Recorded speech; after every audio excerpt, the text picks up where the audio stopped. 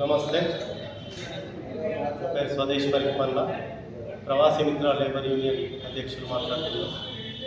ఈరోజు మన నిర్మల్ ప్రాంతం నుంచి పెద్ద ఎత్తున గల్ఫ్ దేశాలకు ఉపాధి కోసం వలస వెళ్తున్నటువంటి కార్మికులు అనేక రకాల సమస్యలు ఎదుర్కొంటున్నారు. ఈరోజు చూసినట్లయితే మన ఖానాపూర్ నియోజకవర్గం గూడలపంపు గ్రామం ఖానాపూర్ మండలం నుంచి ఎన్నో ఏళ్ళుగా వలస పోతున్నటువంటి సింగం రాజేశ్వర్ ఇటీవల సౌదీలో ఆచూకీ లేకుండా ఎక్కడికి పోయింది అనేది పత్తా లేకుండా పోయింది. ఆయన పోయి ఆ దేశం 6 ఏళ్ళు అవుతుంది సౌదీ అరేబియా పోయి. రియాద్ ఏరియాలో పనిచేసుకుంటూ తోట పని, ఖర్జూర చెట్ల నుంచి ఆ పనులు తీయడం, కూలీగా పనిచేస్తున్న ఆయన 3 ఏళ్ళ వరకు మాత్రమే, ఒక 3 ఏళ్ళు మట్టుకే వీళ్ళతోని కనెక్షన్లు ఉన్నారు, భార్యతోని, పిల్లలతోని. తదనంతరం ఆయన నుంచి ఎలాంటి ఫోన్ కాంటాక్ట్ లేదు, ఆయన ఎక్కడున్నా అనే సమాచారం లేదు.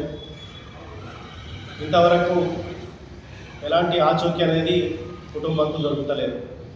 దీన్ని వీళ్ళు 3 ఏళ్ళ నుంచి చాలా తిరుగుతున్నారు. ప్రజాభవన్లు ఇచ్చారు, మరియు మన మినిస్టర్ గారికి, కేంద్ర మంత్రి జి కిషన్ రెడ్డి గారిని కలిసింది, మడమ బొజ్జు గారిని కలిసింది. చాలామందిని కలుస్తున్నారు, కానీ వీళ్ళకు ఆ రాజేశ్వర్ది ఆచూకీ అనేది దొరుకుతలేదు. మరి ఈరోజు మన నిర్మల్ జిల్లా కలెక్టర్ని కూడా కలవాలని వాళ్ళు వచ్చారు. మరి తప్పిపోయినటువంటి వలస కార్మికుల్ని తిరిగి ఇండియాకి తీసుకురావాలని మేము డిమాండ్ చేస్తున్నాం.